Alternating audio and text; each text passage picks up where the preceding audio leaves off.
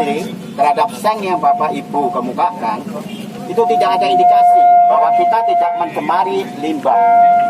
Ya, ini bisa dibuktikan nanti kalau ini bisa Bapak Ibu saksikan nanti ya, bahwa dasar analisa inilah bahwa Pusri tidak melakukan penyebaran limbah. Ini yang dia lakukan itu sebetulnya sudah ada diskusi-diskusi yang dilakukan di sini antara lembaga dia, kemudian ada RW, RT dan seluruh jajaran yang ada di sini. Ya, sudah dari anak ya, itu menyatakan bahwa itu adalah bantuan, jadi bukan penggantian. Kalau penggantian khusus sudah ada analisa, jadi kita hanya memberikan bantuan. Ya kan? Mekanisme bantuan ini adalah berdasarkan surat pemerintah, artinya melalui RT, tidak melalui ya kan? Karena kita kan adalah perusahaan. Tahun cuma jangka 1 tahun sudah hancur.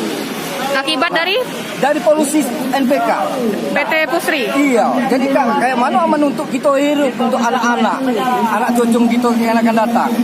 Mungkin untuk kita mungkin ya pas itu lah kita anak cucu.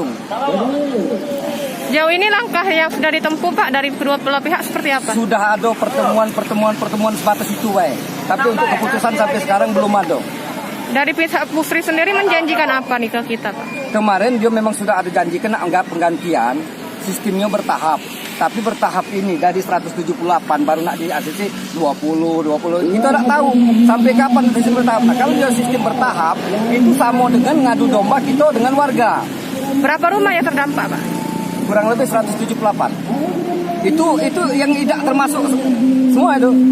Cuma sebagian Itu di kawasan mana Pak?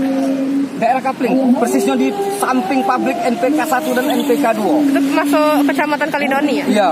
Nah, di samping itu juga tuntutan kita untuk masalah NPK 2 itu tidak KT AMDAL. Tidak KT AMDAL dan tidak ada sosialisasi kepada masyarakat setempat pembangunannya itu. Sedangkan pabrik NPK 2 sampai sekarang sudah produksi. Sejak kapan ini jadi persoalan buat kita? Dari aman persoalan untuk atap seng ini dari bulan 2 sampai sekarang belum ada penyelesaian. Bulan 2 2020 ini? Iya. Nah, tapi aman tuntutan yang lain-lain itu dari tahun 2016.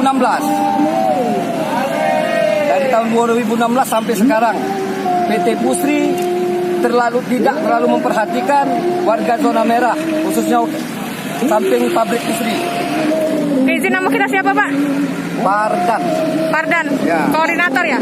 Selaku Wakil Ketua LSM.